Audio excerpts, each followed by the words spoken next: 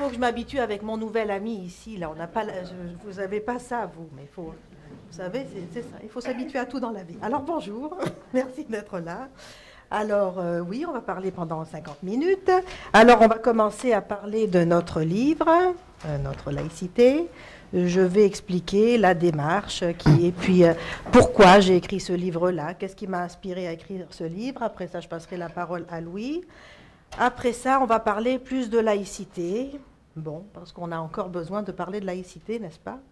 Voilà. Alors donc, alors la laïcité, c'est ça.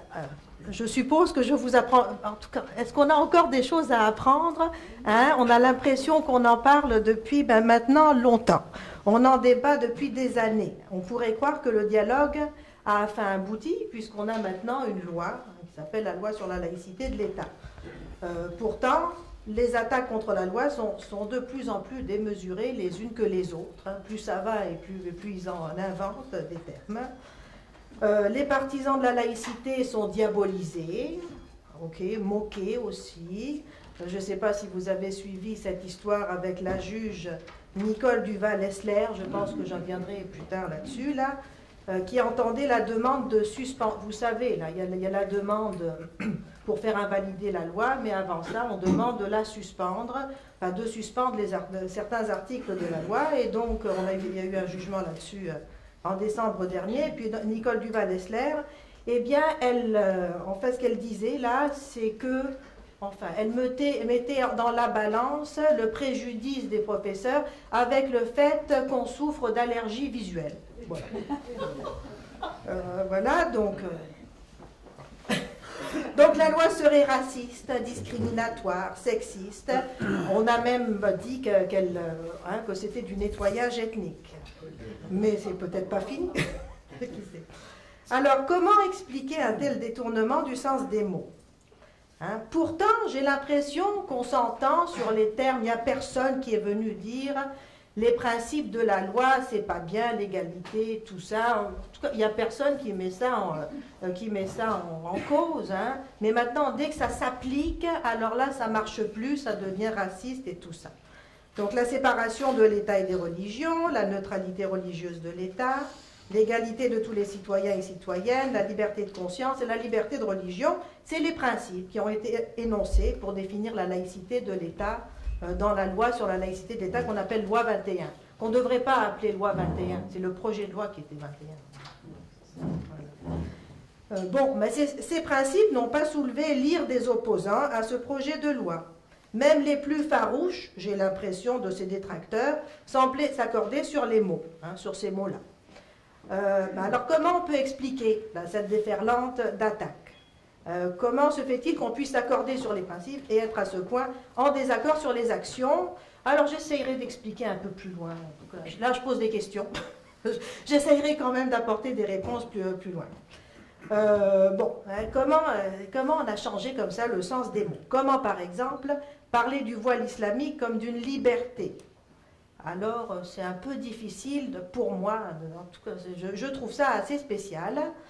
Vous savez, dans les pays arabes, ce n'est pas les islamistes qui parlent de liberté. Al-Hurriya, je ne sais pas, je n'ai pas vu beaucoup d'islamistes parler, c'est les poètes, les écrivains, les gens qui sont, qui défendent les droits humains, mais j'ai rarement vu des intégristes parler de liberté.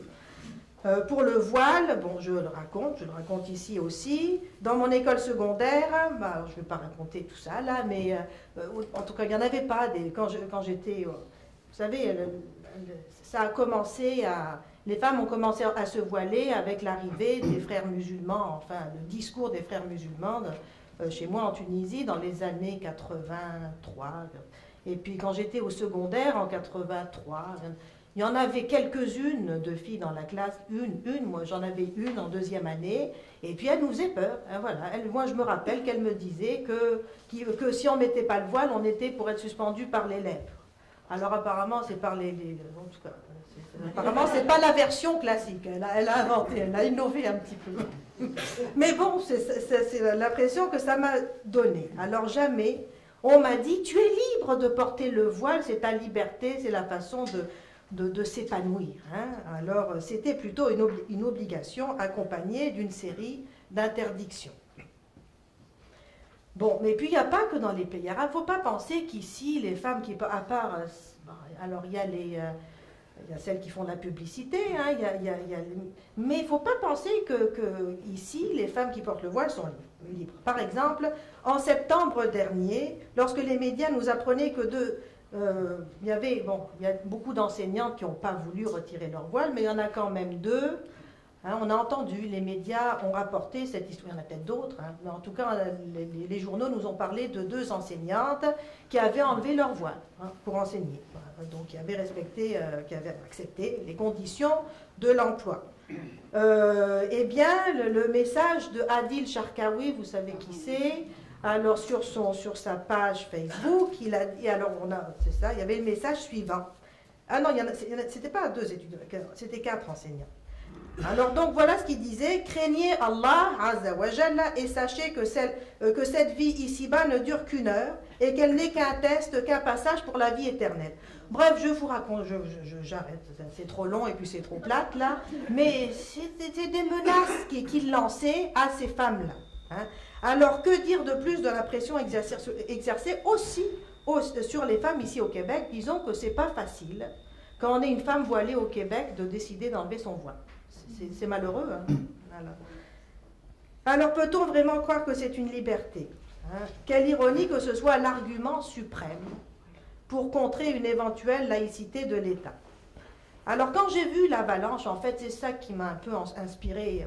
Je reviens aux avalanches d'insultes et tout ça. Mais en fait c'est ça qui m'a fait dire: il faut que je m'exprime. C'est pas possible. On n'est pas pour se laisser comme ça attaquer, et puis de racistes, d'islamophobes, etc. Donc quand j'ai vu l'avalanche d'insultes, je me suis dit qu'on ne pouvait pas laisser faire, et en particulier que mon devoir en tant que maghrébine, eh bien, c'était de porter un autre message que celui qu'on entendait de la part de maghrébins. Et tout ça. Moi, je pense que ça permet de... Vous savez, il y en a beaucoup qui nous disent, vous véhiculez... qu'est-ce qu'on dit? Qu'on alimenterait l'islamophobie. Moi, je pense que c'est le contraire. Et d'ailleurs, il y a des gens qui m'ont écrit en message privé pour me dire qu'ils ont changé leurs idées des musulmans et de l'islam depuis qu'ils me lisent.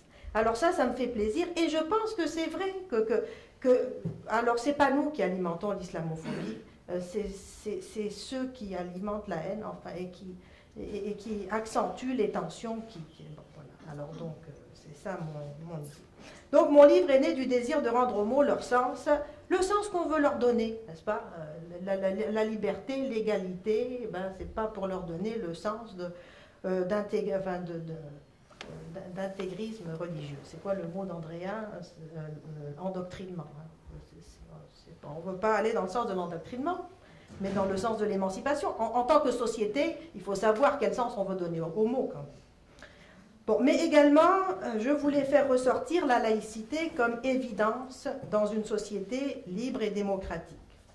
Alors les opposants justifient en quelques mots le choix d'une politique d'inaction et de laisser faire en matière religieuse. Comment ça... Moi, j'ai oublié son nom. Alors donc, comment elle s'appelait la ministre pour la loi, le projet de loi 62? Comment elle s'appelle? Comment elle s'appelait la ministre libérale qui défendait le projet. Stéphanie, moi j'ai dans la tête Stéphanie Vallée. Vous vous rappelez la ritournelle, la cassette?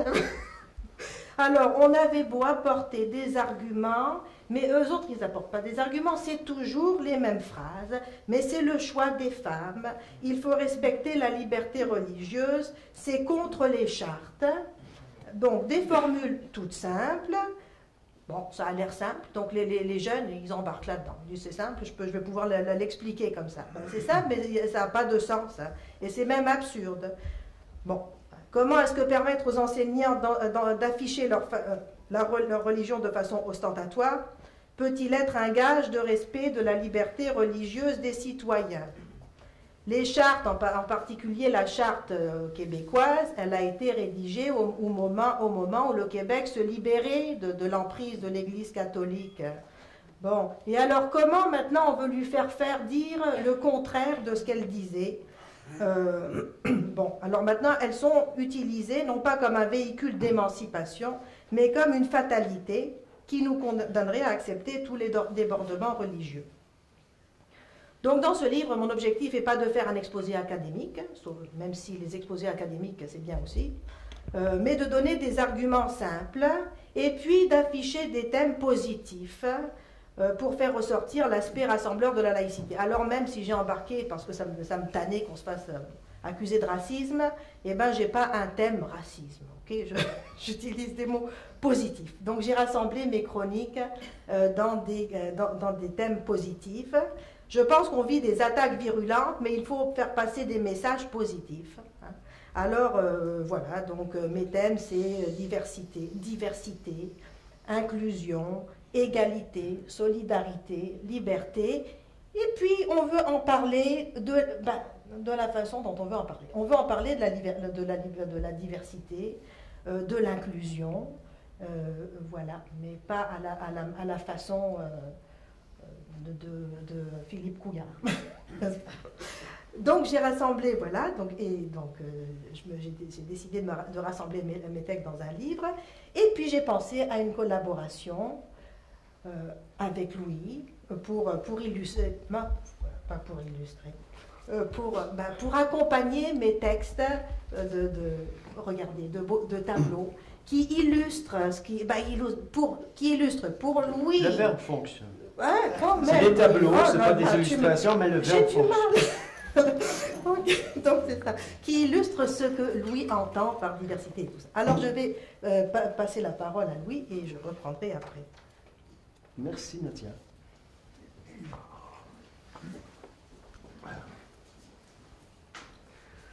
Ben, Nadia, je l'ai rencontrée à travers ses textes dans la presse. J'ai lu, le premier texte que j'ai lu, émotivement, il m'a cogné. Vraiment, j'étais ému de lire ça. Ce que je sentais, c'est une grande intelligence, en même temps une grande sensibilité. J'aime bien le mélange d'intelligence et de sensibilité. Parler de liberté d'expression, liberté de conscience. Et puis ce que je ressentais, c'est un grand amour pour le Québec. Ça, je l'ai senti, puis ça m'a vraiment touché. Les questions, pour moi, c'est pas... Aujourd'hui, on dirait qu'on est dans la période des droits individuels, puis... la question, pour moi, c'est pas... quand j'ai à voter, mettons, je me demande pas qu'est-ce qui est bon pour moi. J'essaie de me demander qu'est-ce qui est bon pour le Québec.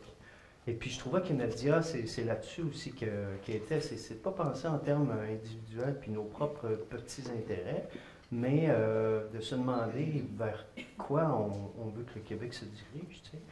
Et puis, il y a eu toutes sortes de clans qui sont faits, d'une extrémité, t'en as qui ne veulent pas du tout d'immigration, puis t'en as d'autres qui disent oui, puis donc donnons tous les droits aux religieux, puis c'est légitime de faire ça. Nous autres, on est super pour l'immigration, mais il faut avoir une base commune sur laquelle on va faire grandir notre nation pour l'avenir. Et puis, pour continuer avec Nadia, est combative. La semaine passée, il y a eu un article qui est sorti puis qui s'appelait « ECR, une réplique des étudiants se prépare ». Alors Nadia, tout de suite, immédiatement, préparons une coalition de parents pour participer, nous aussi, aux consultations. Alors l'appel est lancé. Wow! Ça n'a pas tardé, c'est dessus. On voit ça, là, Nadia en a parlé dans les mêmes termes d'ailleurs que j'en parle, de la démonisation de la laïcité. C'est-à-dire qu'il y a certaines personnes qui ont l'air de prétendre que la laïcité est extrémiste, tellement qu'ils ont été obligés d'inventer le terme laïcité ouverte, qui veut dire on ne sait pas trop quoi. Et puis, les tenants du multiculturalisme, ils disent qu'on ne peut pas du tout réprimer soit les religions, soit les prescriptions religieuses ou les pseudo-prescriptions religieuses, parce que ça, on ne s'entend pas non plus là-dessus. Mais ce qui serait extrémiste de ça, ça serait de faire comme certains pays, puis de dire on interdit complètement les religions. Alors, ça n'a aucun rapport avec la laïcité. C'est pas un extrême du tout, la laïcité. c'est vraiment une base commune, minimale, pour le respect de tout le monde. Tu sais, je veux bien qu'on respecte les religieux, mais les athées ont des droits aussi. Il y a des croyants non religieux, on n'en parle pas souvent de ceux-là, mais il y a du monde qui sont croyants, mais qui ne croient pas aux religions, ben, ils ont le même droit que tout le monde. Je vais suivre un petit peu mon truc, là, parce que je vais m'éloigner. Moi, je trouve ça, quand je vois, à l'époque, Couillard, ça arrivait souvent, là, c'est un soulagement qu'il soit plus là. Quand je voyais des religieux, main dans la main avec des politiciens, moi, je capote. Moi, ça m'insécurise, j'ai peur de ça, tu sais. Ils n'ont pas d'affaires ensemble. C'était peur. Puis, je me suis impliqué dans des groupes laïcs, puis j'ai rencontré toutes sortes de monde dans des groupes laïcs. J'ai rencontré des chrétiens, j'ai rencontré des musulmans, j'ai rencontré des juifs, j'ai rencontré des athées, j'ai rencontré des croyants non religieux. Puis, on s'entend tous très bien, on a zéro problème, tout simplement parce que la laïcité, c'est ce qu'on a tout en commun, c'est la base commune de tout le monde. C'est pas on ne s'astine pas sur nos particularismes.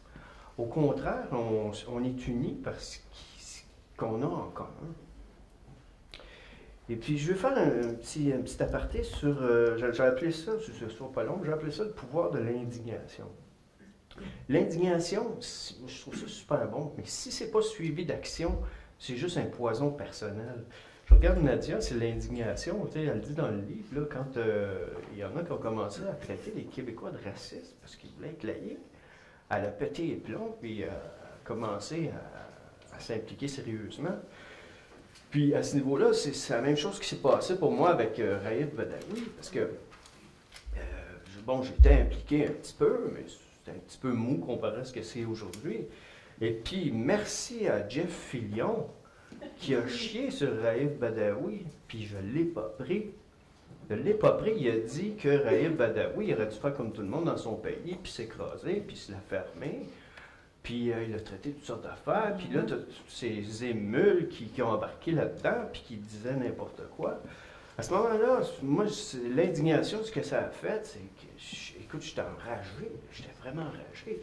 J'ai cherché tous les articles que j'ai pu trouver sur Raïf Badawi, puis je les ai eus. Puis je les ai publiés compulsivement. J'ai fait ça pendant des heures. J'étais hors de moi. Puis je les ai tous lus. Puis ensuite, je suis allé répondre très poliment à tous ceux qui avaient laissé des commentaires, mais c'était très poli. C'était très poli, mais c'était des réponses de quelqu'un qui sait de quoi il parle. Puis il n'y a jamais personne qui a répliqué à ce que j'ai dit, parce que, bon, un, c'était poli, puis deux, ça avait du sens, tu sais. Fait que l'indignation, l'action.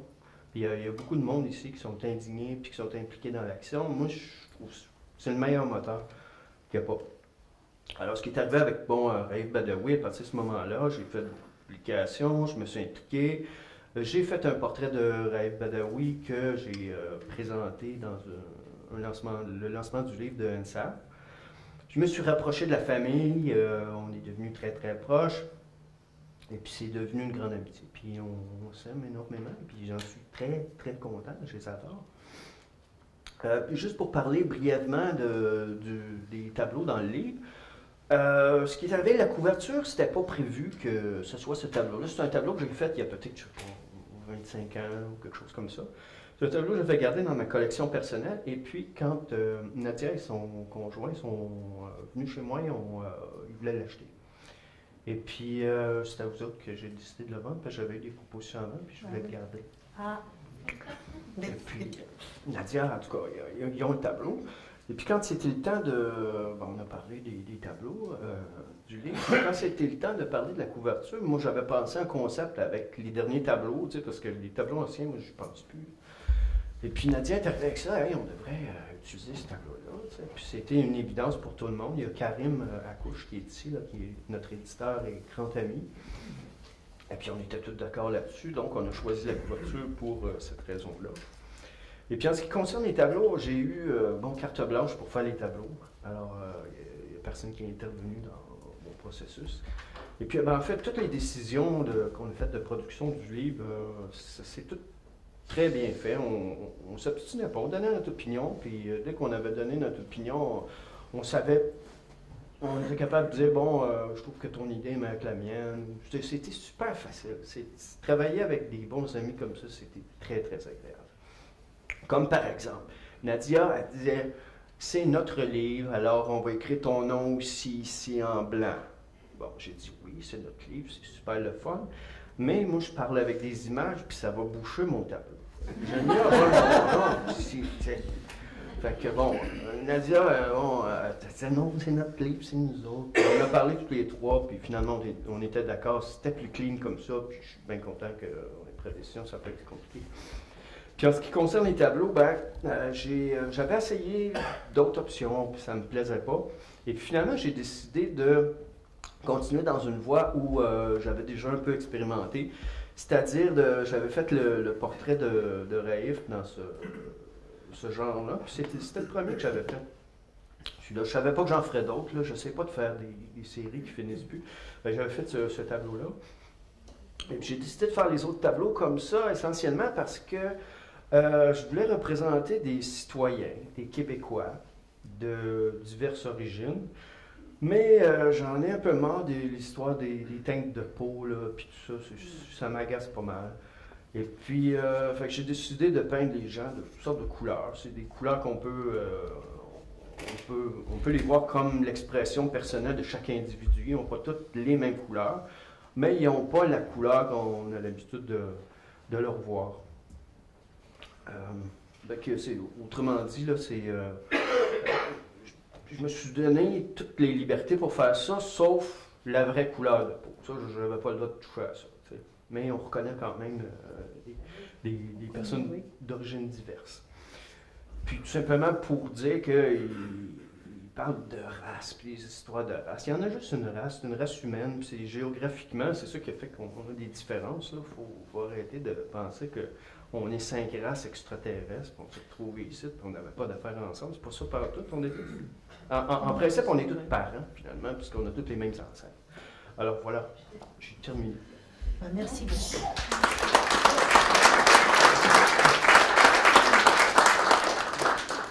Merci beaucoup, Louis, et puis merci d'avoir rappelé que Karim est ici. Tu sais, moi, j'ai mon ami ici à gérer, et puis j'ai mon heure. Alors, des fois, j'oublie des choses, il ne faut pas m'en vouloir. Donc, c'est bien, genre, oui. Donc, Karim est là, Karim Akouche, voilà, qui a édité le livre, est ici. Ok, ben merci. Alors là, vous en savez un bout sur le livre, mais vous n'avez pas tout. Hein. donc, après la conférence, donc le livre est là, et puis on pourra le dédicacer tous les deux. Bon, alors maintenant, je vais passer vers dans le volet plus conférence. Peut-être, donc qu'est-ce que la laïcité? Vous ne le savez pas encore, je vais vous apprendre. Bon, alors écoutez, ce que je vais faire, comme je vous dis au début, là, il y a un malentendu. Hein, fait qu'on s'entend en tout cas, on est d'accord sur les principes, mais on n'est pas d'accord du tout. Alors qu'est-ce qui génère ce malentendu-là? Alors, je vais essayer de comprendre, en tout cas d'expliquer la source du malentendu.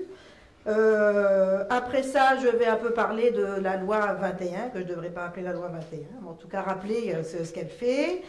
Bon, quelques attaques typiques contre la loi 21, comment on y répond.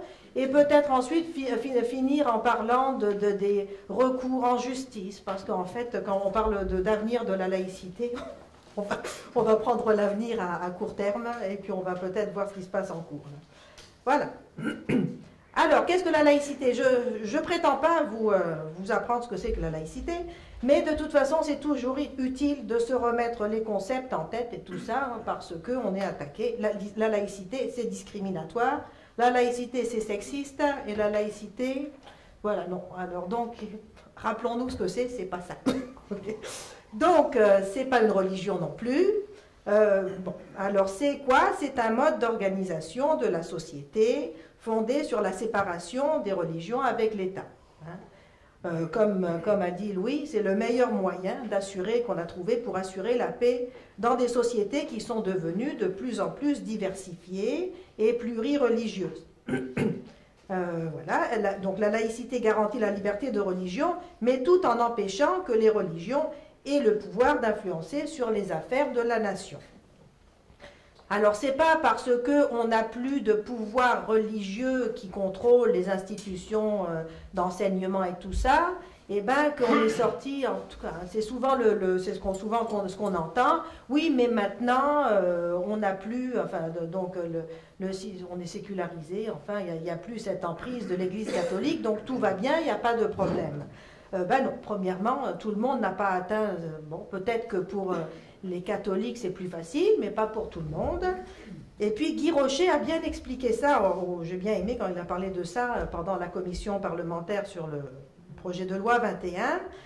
Il a fait valoir que la laïcité se justifie encore plus maintenant qu'au moment du rapport Parent, parce que le pluralisme religieux est sans commune mesure aujourd'hui avec ce qu'il était au Québec au moment de la Révolution tranquille. Donc aujourd'hui, on assiste à une fragmentation de minorités religieuses. Or, les religions ne sont pas égales entre elles. Certaines sont plus visibles que d'autres. Dans ce contexte, il est d'autant plus important d'encadrer le rapport entre la majorité et les minorités et aussi d'assurer l'égalité de traitement de toutes les religions. Alors, c'est ce qu'il a dit et je trouve que ça a bien de l'allure. Voilà. Alors donc, la laïcité, c'est un mode d'organisation de la société fondé sur la séparation des religions avec l'État, dont l'objectif est de garantir la liberté de conscience et d'assurer l'égalité de traitement de tous les citoyens et citoyennes. Bon, si je parle de ça, moi je pense que tout le monde est d'accord avec moi, Françoise, David, même Xavier Camus, il doit être d'accord avec ça, non? Alors, comment ça se fait qu'on est raciste et xénophobe et sexiste et discriminateur? Bon, alors je pense qu'on... Bon, alors, en tout cas, clairement, on n'a pas la même vision, par exemple, que Charles Taylor et puis que McClure là-dessus. Bon, alors, la première confusion, c'est sur la notion de liberté de conscience. Alors, ce n'est pas la liberté de religion. Hein, on parle beaucoup de la liberté religieuse et la liberté de conscience. Alors, à part nous ici, là, je pense qu'il n'y a personne qui parle de liberté de conscience. Ça passe... Alors, loin au-dessus de la tête, la liberté de conscience. On a essayé d'introduire ce terme-là, mais c'est difficile. Hein. Alors, on parle de liberté religieuse, mais bon. La liberté de conscience, c'est la liberté de tout individu de croire ou de ne pas croire et de croire en ce qu'il veut. Bon, alors par exemple, je sais pas, alors, un bon exemple de ça, Michel le donne aussi souvent, là, fait que je l'ai gardé. Vous savez, à un moment donné, enfin, ça fait quelques années, c'est une petite fille en maternelle dont les parents étaient islamistes, mais alors islamistes, et puis qui, bon, il y en a peut-être beaucoup, hein, je ne sais pas, ils ne sont peut-être pas les seuls, et il disait que sa fille ne devait pas écouter de musique. Alors, en maternelle, hein, et donc, l'école a décidé, en commun accord enfin, donc, la CDPDJ n'a rien dit à ça, voilà, d'handicaper la petite fille avec un casque anti-bruit pour pas qu'elle écoute la musique. Voilà. Ah, c'était pour respecter la liberté religieuse des parents. Alors je pense qu'on voit la différence entre si on avait au moins pensé à respecter la liberté de conscience de l'enfant, là il y a plus que liberté de conscience, je pense que ça va plus que là, ça handicaper un enfant. Mais au moins, hein, si on avait cette image de liberté de conscience des enfants, eh bien, ça permettrait, ça aiderait à ne pas faire des bêtises comme ça. Alors, on voit bien la différence entre liberté de religion et liberté de conscience. Voilà, alors, donc la liberté de conscience englobe la liberté religieuse, elle englobe aussi la liberté de changer de religion, ou de rejeter toutes les religions. Enfin, elle englobe la liberté d'apostasie aussi. Hein. Bon. Et puis maintenant, la liberté de conscience, ben, il y a le mot liberté dedans. Alors, eh bien, quand on est en état d'endoctrinement, il n'y a pas de liberté. Et donc, elle ne s'exerce qu'en situation d'émancipation, en dehors de tout endoctrinement. Les citoyens ne sont libres que s'ils sont en mesure de faire leur propre choix en matière spirituelle. Voilà. Alors donc, un État laïque, il est émancipateur. C'est Henri Peña-Ruiz. J'ai bien aimé quand il a donné sa conférence à Montréal il y a quelques années. Hein, c'est comme ça qu'il répondait à Van Stock, là aussi, hein, qui lui disait, mais la laïcité est émancipatrice. Et bien c'est ça, c'est pour ça qu'on ne se comprend pas, on se comprend pas. Donc oui, parce que sinon, on ne peut pas parler de liberté en dehors d'un cadre d'émancipation. Donc un État laïque est émancipateur et favorise, par le savoir et la connaissance, l'autonomie de jugement. Pour être libre, il faut pouvoir exercer son autonomie de jugement, son sens critique.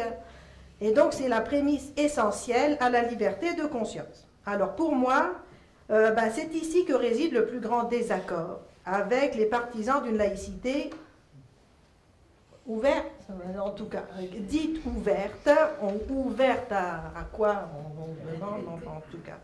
Alors, en tout cas, j'ai un texte ici où je réponds à Jocelyn McClure là-dedans.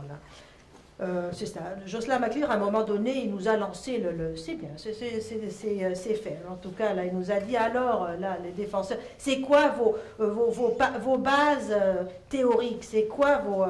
Ok. Alors, je lui dis, vous voulez connaître nos bases théoriques? Alors, j'y ai pensé. J'ai lu son livre, et puis je me suis dit, c'est quoi qui nous différencie tant que ça? Moi, je pense que c'est ça. Dans leur livre Laïcité et liberté de conscience, en 2010, Charles Taylor et Jocelyn McClure nous expliquent qu'un État qui se donnerait pour mission de favoriser l'émancipation des citoyens irait à l'encontre de la liberté de conscience. Alors pour lui, un État émancipateur et un État qui va à l'encontre de la liberté de conscience. Bon, lisez le livre, c'est ça que ça dit. Ok, c'est ça. Alors, donc pour moi, ça n'a pas de sens. Donc je l'explique dans un texte ici. Qu'est-ce que la liberté en dehors d'un contexte d'émancipation? Pas de liberté, je l'ai déjà dit, je ne vais pas me répéter. Voilà. En particulier, la laïcité est une condition première à l'émancipation des femmes. Alors, toutes les religions, ou la plupart, en tout cas, si vous en connaissez une, qui n'est pas comme ça, vous me le direz, là, mais toutes à peu près, là, réservent un statut inférieur aux femmes. Alors, tant que des règles religieuses peuvent s'immiscer dans la gestion de l'État, les femmes ne sont pas à l'abri de recul dans leurs droits. Donc, la laïcité, ce n'est pas la seule condition, mais c'est une condition essentielle à l'égalité entre les femmes et les hommes. Voilà. Alors, un autre élément sur lequel on n'est pas d'accord avec le modèle libéral pluraliste, je pense que c'est eux qui disent ça, qui donnent ce mot-là à leur... Donc, de la laïcité qui est défendue par Taylor et McClure, eh bien, c'est qu'en dehors d'un cadre minimal, toutes les valeurs morales et conceptions de la vie bonne, là aussi, il nous en a parlé de la vie bonne, Van Stock, la vie bonne. Alors, donc, chacun devrait avoir, en tout cas, les conceptions de la vie bonne, apparemment, doivent être également admises. Okay? Donc en fait, c'est la vision du relativisme culturel, mal compris, versus l'universalité des droits. Sauf que l'égalité, n'est pas égale à la non-égalité. L'émancipation, c'est pas égal à la soumission. Et puis quand on dit que l'État doit être neutre, il doit être neutre en matière religieuse, il ne doit pas être neutre en matière de valeurs. L'école n'est pas neutre en matière de valeurs à transmettre aux enfants. Voilà, donc c'est ça. Mais là c'est ça, on est un peu mêlé là-dedans.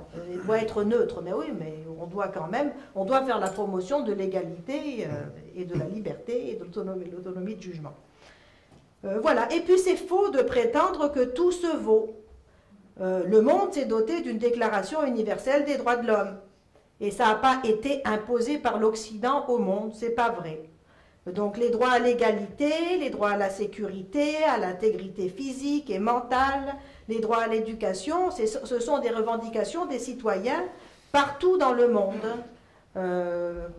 Comment elle s'appelle? Osier Glacier, qui est professeur à Bishop, elle a une belle conférence qui explique ça, qu'au Maroc, eh bien, le désir de droits humains, c'est venu par les citoyens. C'est les citoyens qui ont forcé les pouvoirs publics à adopter des mesures pour l'égalité. Bon.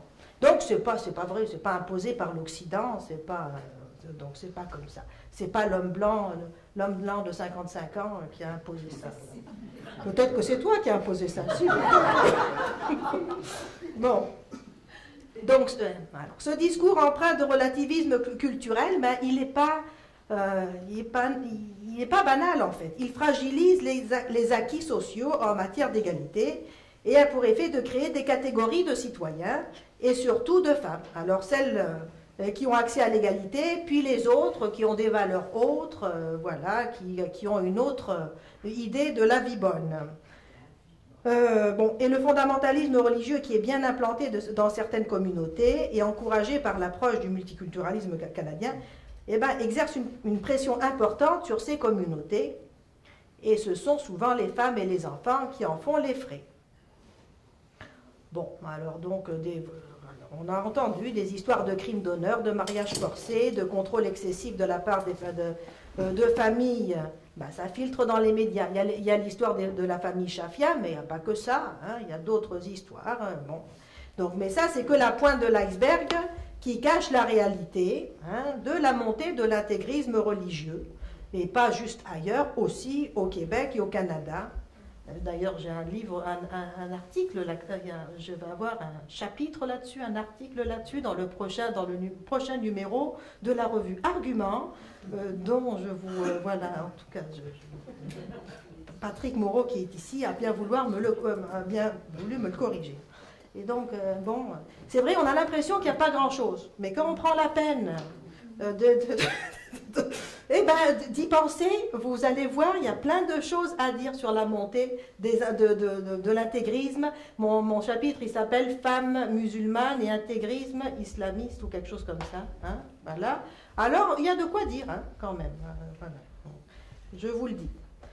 Bon, alors donc ça fragilise, et donc cette vision de relativisme culturel, là, ben, ça fait que fragiliser des communautés qui sont déjà fragilisées par l'intégrisme religieux, et ça fragilise les droits des femmes et les enfants, hein, auxquels on ne pense pas tellement, hein, on n'y pense tellement pas qu'on est prêt à leur mettre un casque, mais ça c'est extrême, mais quand même, pensez qu'on en est arrivé là. Alors, un autre désaccord important, ben, c'est celui de la neutralité, évidemment. Alors, premièrement, on parle de neutralité religieuse, ça il faut le dire. Un jour, je me suis trompée. Agnès, c'est vrai, je parlais de neutralité, enfin, il y avait un article qui disait qu'on devait être neutre partout. Et puis, j'avais mal lu, et puis j'ai dit oui, mais Agnès, elle m'a dit, mais t'es pas d'accord avec ça? Ben non. On ne parle pas de neutralité des valeurs, on parle de neutralité religieuse, premièrement. Alors, il y a une confusion. Et en plus, on n'a pas la même vision de la neutralité que la laïcité dite ouverte. Alors pour, je ne sais pas, je vous en nomme un au hasard, Haroun Bouazi, pour lui, la neutralité, eh ben, donc l'État est neutre quand toutes les religions sont représentées. Okay, mais ça ne s'appelle pas un État laïque, ça s'appelle un État multireligieux.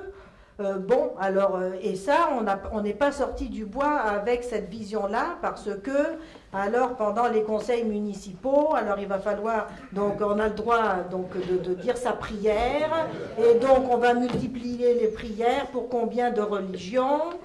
Bon, et puis en fait, c'est ça la dérive des accommodements raisonnables, c'est de dire il faut reconnaître toutes les religions. Mais non, on n'a pas à reconnaître, c'est pas une posture de reconnaissance qu'on doit avoir. C'est une posture de neutralité. Hein. Alors en France, on dit indifférence. Mais ici, ça a une connotation péjorative, visiblement, là. Mais c'est ça. Bon, alors donc, un État qui est neutre face aux religions est un État qui ne favorise ni ne défavorise aucune croyance religieuse ou option spirituelle. On dit que l'État adopte une posture d'indifférence face aux religions. Okay, je ne m'exprime pas, mais en tout cas, bon. Donc, ce n'est pas une posture de reconnaissance. Hein, le cours ECR, il nous apprend à reconnaître Non, on n'a pas à reconnaître les religions et puis les... bon, c'est ça, c'est privé. Hein. C'est ça, il ne s'agit pas de reconnaître les religions, mais de fonctionner en dehors des religions. Donc c'est ça la laïcité. Alors donc c'est ça que je voulais dire sur... j'arriverai pas jusqu'au bout, vous en faites pas. Si je vais pas jusqu'au bout, ben, j'irai pas jusqu'au bout. Hein. Alors donc je vous dis un petit mot sur la loi 21 maintenant. Donc c'est ça, moi, bon, j'ai essayé de sortir les points qui... Hein, plutôt que de dire, on m'a dit raciste, plutôt que de leur dire, vous aussi, toi raciste, j'ai essayé d'expliquer, d'essayer de voir pourquoi on n'est pas d'accord. C'est bien quand même, non? C'est ça bien. Bon. C'est gentil. Il faut leur dire que je suis gentille. Nous aussi, il faut dire que Louis est gentil aussi. Bon, alors, donc la loi 21, juste pour remettre les idées sur la laïcité de l'État. Et donc le gouvernement donc, on a adopté une loi à l'Assemblée nationale en juin 2019. Et donc maintenant la laïcité est reconnue comme un principe fondamental de la nation québécoise. Donc c'est proclamé dès le premier article de la loi que l'État du Québec est laïque. Et puis en plus la Charte des droits et libertés de la personne a été modifiée. Et puis maintenant on affirme que les libertés et les droits fondamentaux doivent s'exercer dans le respect de la laïcité de l'État. Voilà, et puis donc dans la loi, la laïcité repose sur 4 principes, donc c'est défini sur la base de 4 principes: la séparation de l'État et de religion, la neutralité religieuse de l'État, l'égalité des citoyens et la liberté de conscience et la liberté de religion. Moi je dis que la liberté de religion c'est inclus dans la liberté de conscience. Mais s'il n'avait pas mis la liberté de religion, je pense qu'on lui serait tombé dessus. Alors il a préféré éviter quelques coups en mettant ça. Ça n'a pas marché. Comme quoi, il ne faut pas essayer d'être modéré, parce que de toute façon, on va se faire tomber dessus. Enfin, vous lui direz. Donc la loi précise que les employés... Qu'est-ce que je dis? Okay, donc la loi, en plus, précise que les employés de l'État doivent respecter les 4 principes de fait et d'apparence. Donc on reconnaît que l'État est incarné par ses représentants et que ceux-ci doivent être absolument neutres en matière religieuse dans les actions, mais aussi dans les apparences. Alors, donc ça c'est un grand... Donc c'est ça, c'est écrit clairement. Et donc on doit être neutre, pas juste dans les actions, mais aussi dans les apparences. Et donc, ce devoir de réserve en matière religieuse se traduit dans la loi par une interdiction des ports des signes religieux, mais seulement pour certains employés de l'État dans l'exercice de leurs fonctions, alors policiers, gardiens de prison, juges et enseignants. Enseignants, c'est plutôt aux autres qu'on entend en ce moment, là, mais bon, c'est ça. Parce que François Legault a dit qu'ils étaient en position d'autorité. Je veux bien, c'est un beau concept, mais pour moi, ce n'est pas un concept qui est lié à la laïcité. Et donc, mais ce n'est pas imposé à tous les employés de l'État. C'est ça que j'ai dit. Alors, le gouvernement dit que sa loi est modérée. Alors, tout ça pour dire que je ne leur en veux pas là, mais ça ne fit pas avec les principes nécessairement. Okay. Alors, on explique les principes, on explique que les employés de l'État doivent être neutres de fait et d'apparence, et puis après, on limite les exigences à quelques employés de l'État. Pourquoi? Parce que c'est une loi modérée. D'accord. C'est correct. Bon, si on veut. Donc, la loi prévoit également que les employés de l'État doivent exercer leurs fonctions à visage découvert. J'en parlerai pas. On en parlera une autre fois de ça, là, du visage couvert et découvert. Alors, il me reste combien de temps? J'aimerais simplement à la fin rappeler un peu où est-ce qu'on en est pour les jugements des tribunaux, là. Alors, je ne sais pas si je vais avoir le temps. Quelques attaques typiques contre la loi 21. Est-ce que vous voulez qu'on joue? On peut jouer, puis vous allez me répondre. On fait ça. On ne va pas jouer, je vais vous donner mes réponses tout de suite. Alors, par son interdiction des signes religieux, la loi 21 est discriminatoire.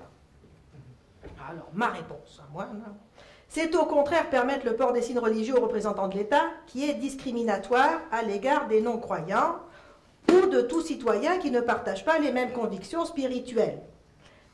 Alors, dans son jugement qui concernait la prière municipale à la ville de Saguenay, dont Daniel pourrait nous parler ici, la Cour suprême a statué qu'il était discriminatoire à l'encontre des citoyens qu'un représentant de l'État professe, adopte ou favorise une croyance à l'exclusion des autres. Alors ça, c'est l'alinéa 84 du jugement. Or, un fonctionnaire de l'État qui porte un signe religieux, eh ben, il affiche un favoritisme religieux, hein, n'est-ce pas, et contrevient ainsi à l'obligation de neutralité religieuse. Bon. Là, je voulais vulgariser, je pourrais le lire, mais c'est ça que ça dit. Hein, bon, un représentant de l'État ne doit pas adopter ou favoriser une croyance religieuse à l'exclusion des autres. Bon, alors quand on affiche sa religion, eh ben, on affiche une préférence religieuse. Alors la Cour suprême, elle a déjà statué là-dessus. Alors, la liberté religieuse est un droit fondamental, on ne peut pas limiter une liberté fondamentale. Alors, ma réponse, oui, on peut. Ben, j'ai fait ça beaucoup, hein. J'ai fait des devoirs de philo. C'est pas Agnès qui m'a donné les devoirs de philo, mais je me suis posé des devoirs de philo et je me suis dit, je vais y répondre. Alors, si on peut limiter les libertés fondamentales, aucune liberté n'est absolue. L'article 9.1 de la Charte québécoise stipule que les libertés et droits fondamentaux s'exercent dans le respect des valeurs démocratiques, de l'ordre public et du bien-être général des citoyens du Québec. La loi peut, à cet égard, en fixer la portée et en aménager l'exercice. Et donc les libertés peuvent être circonscrites et il appartient à un État qui est élu démocratiquement d'en déterminer les contours pour l'intérêt général. Tu me donnes combien comme note? Ça dépend de la question que j'ai posée. L'interdiction des signes religieux brime la liberté de religion. Ben, on n'interdit pas les signes religieux ici, là. Hein. Seulement l'affichage des signes religieux aux employés des services publics pendant l'exercice de leurs fonctions. Bon. Vous en voulez d'autres? Ok. Bon, bref, regardez là, c'est ça, là, quand on dit, ils nous disent souvent, je l'ai dit ça en commission parlementaire aussi, c'est dans la tête qui compte, c'est pas ce qu'il y a sur la tête. Hein, on nous dit souvent ça, là. C'est ce qu'il y a dans la tête, c'est pas ce qu'il y a sur la tête. Mais ce qu'il y a dans la tête, on ne contrôle pas ce qu'il y a. C'est ça la liberté de conscience. Vous pouvez avoir ce que vous voulez dans la tête, ça ne nous concerne pas. Ce qu'il y a sur la tête, par contre, c'est un affichage, bon, et puis c'est limité. C'est une limitation à la liberté d'expression, plus que ce n'est pas une limitation à la liberté de religion. C'est la liberté d'expression. Les enseignants ne sont pas en position d'autorité coercitive, mais de toute façon, la laïcité. Bon, bref. Alors, on termine par la discrimination, parce que discrimination, on l'entend 10 fois par jour, non? Ok. Alors, la loi 21 est discriminatoire, car ce sont les femmes qui sont majoritairement touchées par l'interdiction des signes religieux.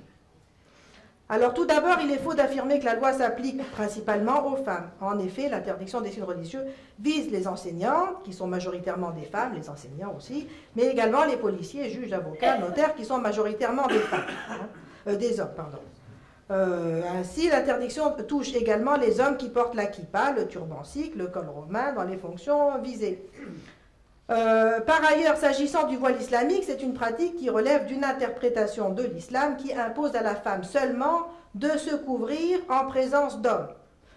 Alors, permettre aux enseignants de le porter, c'est permettre une propagande pour une pratique sexiste et discriminatoire. Or, lutter contre la discrimination n'est pas de la discrimination, c'est exactement le rôle de l'État.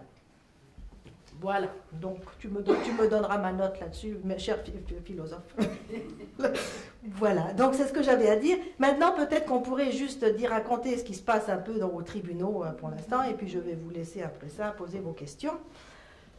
Alors, donc, on n'en est pas. Pourquoi on parle encore de laïcité? Parce qu'on n'en est pas encore. Donc, on a une loi, mais on n'est pas encore sorti du bois. Donc, il y a des gens. Donc, il y a des poursuites contre la loi. Alors, je vous rappelle que les plaignants donc contre la loi donc on a Ishraq Nour al-Haq, étudiante en pédagogie qui porte le voile, étudiante Vous savez combien ça j'ai mis ça sur ma page Facebook parce qu'on vient d'avoir un choc, Michel Sirois et moi, on vient d'apprendre combien coûte de se présenter comme ça, comme partie prenante dans un procès. Alors ça coûte à peu près 500 000 $. Ok. Alors voilà. Bon, Daniel vient de nous dire que juste pour les frais d'envoi et tout ça, ça coûte à peu près 150 000 $. Alors donc, Ishraq Nour al-Haq, étudiante en pédagogie qui porte le voile, elle donc voilà, elle a tout cet argent-là. Le Conseil national des musulmans canadiens, l'Association canadienne des libertés civiles. Donc ça c'est et puis donc en attendant que ça soit jugé sur le fond, donc ces gens-là demandent de suspendre 2 articles de la loi. Celui qui interdit à certains employés de l'État de porter des signes, donc c'est ça. Donc ils veulent tout de suite maintenant suspendre 2 articles. Celui qui parle des signes religieux au travail et aussi celui qui porte sur le visage découvert. Hein. Parce que je vous rappelle que le Conseil national des musulmans canadiens, il portait déjà plainte contre la loi 62, vous savez, là, de Stéphanie Vallée, justement, qui était rien, mais absolument rien, mais où il y avait une interdiction, une exigence de visage découvert, voilà, pour l'offre et la réception de services. Alors, il continue. Donc, même ça, hein, c'est ça. Donc, comme quoi, ça ne sert à rien d'être modéré. Ok. Donc, ces gens-là ont perdu pour leur recours, demande de suspension, en Cour supérieure du Québec, en juillet. Donc, ils ont perdu en juillet. C'est le juge Hiergaud qui avait jugé ça. Et puis, ils viennent de perdre aussi en appel en décembre. Alors là, on a eu une mobilisation citoyenne qui a fait en sorte que... écoutez, on n'a pas de preuves, mais sincèrement, je pense que Frédéric Bastien et puis toutes les plaintes qui ont été faites contre la juge Nicole Duval-Essler a été pour quelque chose. Donc je vous rappelle, il y avait 3 juges qui ont jugé. Il y avait la juge Nicole Duval-Essler, Dominique Bélanger et le juge Mainville. Et alors, donc Frédéric Bastien, donc c'était quand lors de l'audition, je sais pas comment on appelle ça, là, écoutez, elle a fait preuve d'un manque flagrant d'impartialité, mais alors, alors vous lirez, il y a eu donc des plaintes de citoyens, Frédéric Bastien qui a porté plainte, et puis après ça, les citoyens ont porté plainte, PDF Québec aussi, et donc, regardez, je ne vais pas vous dire tout ce qu'elle, je pense que vous êtes... Elle disait des faussetés en plus. Elle disait que c'était écrit en toutes lettres dans la loi, que la loi visait les femmes voilées. Enfin, des choses comme ça. Hein, ok, voilà.